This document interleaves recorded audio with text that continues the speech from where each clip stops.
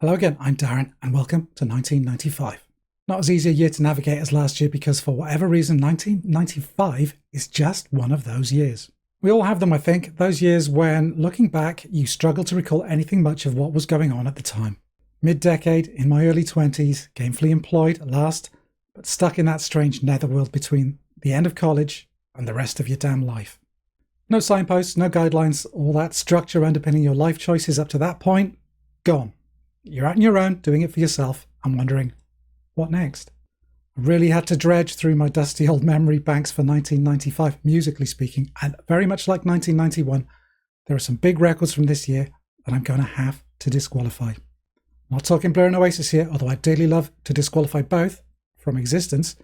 But yeah, a few records that would be shoo-ins for a 1995 choice if only I'd actually bought them at the time and not a year or two later. Starting with Alien Lanes from Guided by Voices.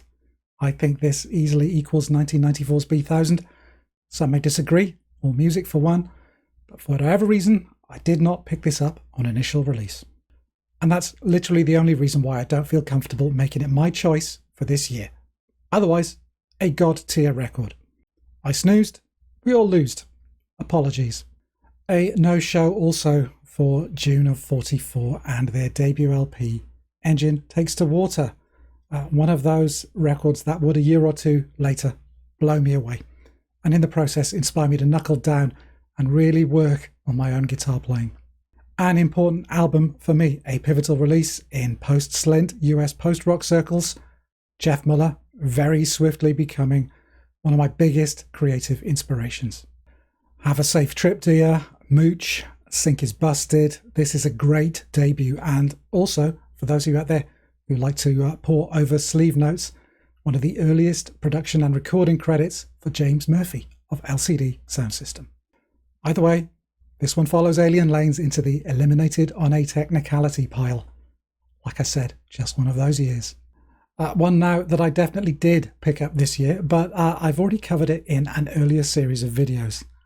That is Saint Jack by Nectarine No. 9, one of the great lost albums of the 1990s. Davey Henderson of Win, The Fire Engines, shredding up Beefheart, Bolan, The Velvets, The Fall into a blizzard of unexpectedly confessional, corrosive, convoluted pop. I so very nearly went with this album for this year. It was far closer than you might think. But instead, I just revisit my old video and seek it out if you've never come across it before. It's fantastic. More making up the numbers now, starting with Liquid Swords by Jizza. The best of the solo Wu-Tang stuff? Yeah, I think maybe. A superb continuation of that 36 chambers sound, aesthetic, and a very welcome addition to the Wu-Tang cinematic universe. Okay, something a teensy bit jazzy now. Fear not, I've never succumbed to that middle-aged jazz-curious phase, so this will be quick and will skew smooth rather than skronk. I'm talking Spain and the Blue Moods of Spain. About as jazzy and smooth as slowcore got, I think. And this is as far as I ever followed Spain, so tread carefully should you venture further. But this one pitches up somewhere between Chet Baker, Mazzy Star and Rex. You'll know if it's for you, but for what it's worth, I played this a lot in 1995. A soupçon more of the beret-wearing stuff now with Karate and their self-titled debut. Trust the sleeve notes, this did come out in 1995, not 1996. Honestly, the jazz was barely peeking through the fabric of the Karate sound at this early stage, but the signs are there. Much more of an emo, heavy indie rock sound on this one, stooping to occasionally play around in the slowcore and math rock mud for a few numbers. They'd get more interesting maybe, more accomplished for sure, but this is a really tight, immediate set of songs that has aged remarkably well. Gasoline, What is Sleep, Bodies. A great way to get into karate. White belts are all that's required for this one. I talked about them for my 1993 episode, but 2 years on, they were back with Red Medicine. Yeah, this was the start of Fugazi's run as a studio savvy band after years of honing their craft on stage. And it's another great record. Do You Like Me? Bed for the Scraping, Birthday Pony, the Joe Lally sung By You, and closing out with the incredible Long Distance Runner. And also from fellow Discord alumni Girls Against Boys, this is Cruise Yourself, the second of their trio of touch and go albums during the 90s, and arguably the best. Personally, I think there's almost nothing to separate them, but Cruise Yourself comes front-loaded with a handful of standout tracks, so it hits hard from the outset. Tucked In, Kill the Sex Player, Cruise Your New Baby Fly Self, I Don't Got a Place, that was the single, and Psychic Know-How. Also, it's all about the visibility. Two of these songs were picked up by movie director Kevin Smith for the soundtracks of 1994's Clerks and 1995's Mallrats, giving Girls Against Boys a hefty leg up via MTV, Hollywood, late night chat shows, that kind of thing. One final album to shout out before getting to my pick for this year, and this one stings a bit. But I did have a definite choice in mind, and this one just narrowly lost out. And not for the first time in this series, unfortunately. Honestly, I don't have it in for these guys, it's just the way my listening leaned at the time, and I'm trying to honour that above everything else in these videos. So, sorry Pavement. Sorry Wowie Zowie. Especially sorry because this might well be my overall favourite Pavement album. I think they tailed off a smidge after this one, and in line with a reply to a comment from last week's video, a brief comparison. First three Pavement albums versus first three R.E.M. albums. Bear with me, for me they absolutely line up. The out of nowhere, attention grabbing debut, the solidifying follow-up with the big standout numbers, and the quixotic, hermetic third album full of deep cuts. And what do you know? Fables is my favourite R.E.M. album, and surprise surprise, Wowie is my favourite Pavement. There, I've shown my workings, and it's up to you to shoot down my theorem. Have at it. Some all-time Pavement songs here, despite the lack of, I think, obvious big singles. Blackout and Grounded are perfect summations of the band's evolved style circa 1995. There are wormy, punky throw-offs like Best Friend's Arm and Flux Equals Rad to mix things up. You get arresting, multi-part mini-epics like Fight This Generation, Pueblo and Half a Canyon, plus a bona fide spiral classic in the form of the surging Kennel District. Yeah, whichever way you slice it, Wowie is Pavement rolling out every trick in their playbook. Barley putting a foot wrong. So why on earth am I not declaring it the toast of 1995? Well, it was close at the end there, almost muffin in it, in fact, so Shibata stop wheating around the bush before I repeater myself all over a grain. Apologies. My choice for 1995 is Vee Vee by the Archers of Loaf. Either the greatest or the worst band name of all time. There is no middle ground here. The Archers were a punsmith's delight, and this year there were plenty of journalists who were all too bready to sing their praises. And that's the last one, I promise. Never knowingly name-checked without a lazy Pavement comparison, the Archers were far better than that. And this album, the follow-up to their 1994 debut, Icky Metal, is, I think, their best. I'll hold off on the band bio and background stuff here, as I've already talked about the Archers when discussing their 1998 album, White Trash Heroes, in a previous video. So check that one out if you're interested. Vee Vee is the sound of a band in the thick of it. This is mid-90s alternative rock documented in real time by a little band from North Carolina. In the right place, at the right time, a report from the front line.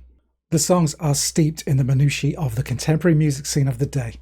The ones who made it big, the yacht owners, the ones scraping away at the encrusted hull, the casualties, the hangers-on, the industry creeps, the fads, the vampiric nature of the whole damn enterprise. It's the anger and the antagonism in the lyrics and the studious ugliness and fractured beauty of the music that combines so well for me. A band being actively courted by Madonna at the time they resisted, giving short shrift to the stupid sideshow they found themselves an unwitting part of. A glance down the track list reveals an awful lot of this before you even get to dropping the needle. There's a track, for instance, called Never Mind the Enemy, for one thing. I mean, how blatant do you want it? But Hitting play, you're treated to a super dry, roomy production job from Bob Weston. A great representation of the band's live sound, captured with heft and clarity and cohesion. It's immediately a bigger, less hemmed-in sound than the poppier, lighter Icky metal. In fact, subsequent interviews reveal the band referring to this as their rock record. The meat in the sandwich, between the pop of Icky and the more heavily constructed studio experimentation of All the Nation's Airports and White Trash Heroes. Need to mention the hit here, I guess. That would be Harnessed in Slums, an MTV favourite of the period and a gloriously full-throttle lo-fi punk anthem.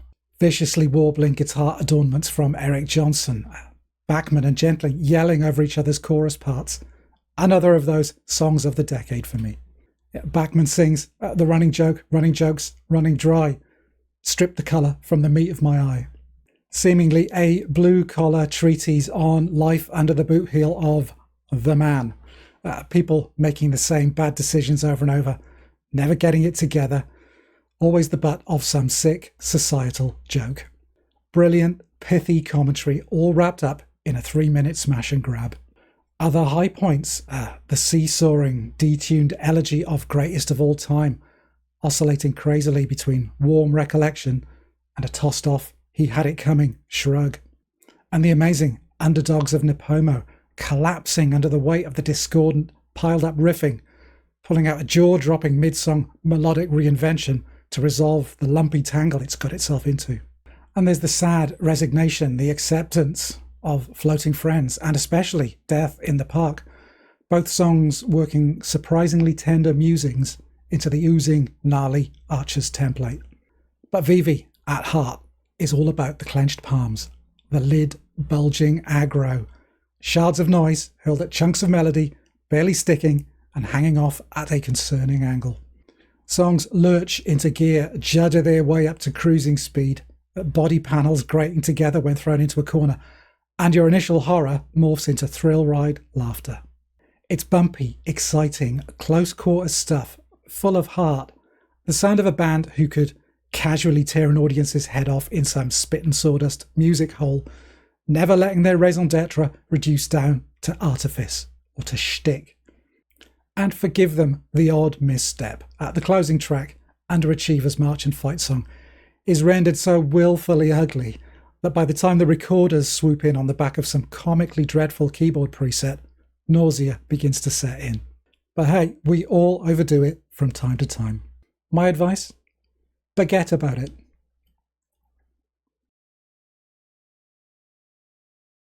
So 1995. Apologies for the dreadful culinary puns. This one was all about canon versus lived experience.